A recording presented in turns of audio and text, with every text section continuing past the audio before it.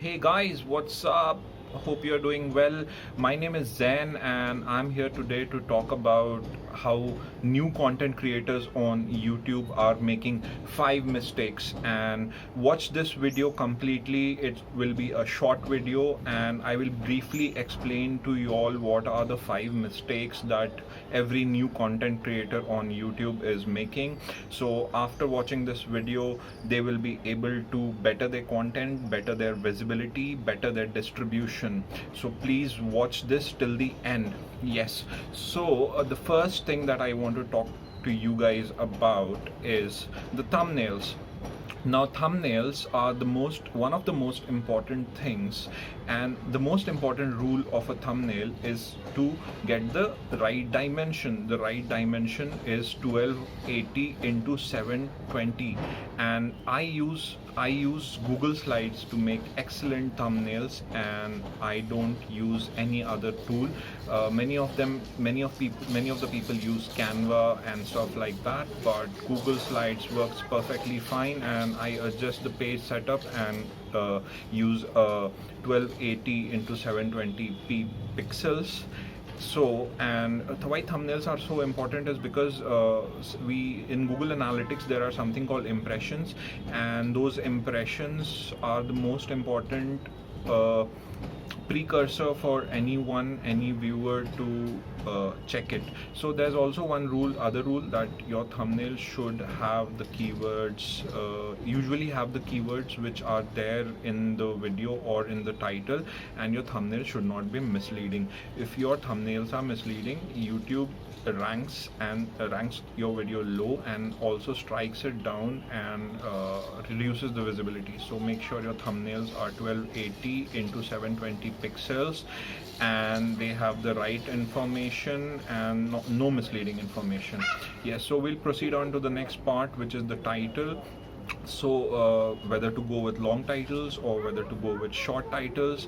So what I have observed is that the short titles work better and be precise, and the how-to titles and these 10 top 10 things work like the best, but all our videos cannot have those titles. Like the other day I made a video about Sushant Singh Rajput, so I addressed it as an appeal to the fans of Sushant Singh Rajput. And also it is important that whatever title you keep, the keywords included in the title are being used by you as in the video. So YouTube algorithm also has pushed it a little further and tries to identify whether whether the content creator is using these keywords which he has mentioned in the video, to find out whether this video is relevant and needs to be promoted or not. Now the third thing is description. So in description, it is good to be precise, but if you have a lot of information to reveal, like for education channels, it is important that we can also provide PDF files in the description, and we can give credits in the description.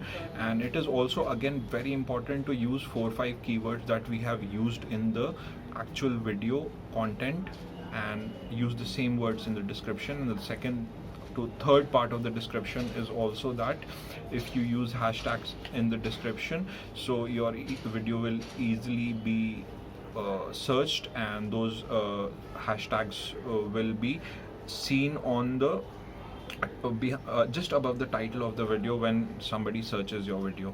So it is very important to keep in mind that we use descriptions which also have a keyword. We sometimes, if we can avoid the descriptions be too long, then, and also in descriptions we should always mention if any viewer or a member of the audience who watches our video wants to connect with us, collaborate with us, then how do we provide that information via mail or whichever number you want to provide, Telegram channel you want to provide. So that's very important. Now the fourth part is about the keywords. Now I use something called the vidIQ. I have searched about many keyword tools, but one is keyword.io, and which helps me find some keywords, but most of the time vidIQ just works so fine that I do not need any other tool. And I have 2000 hours of YouTube management experience, though I don't have a YouTube channel.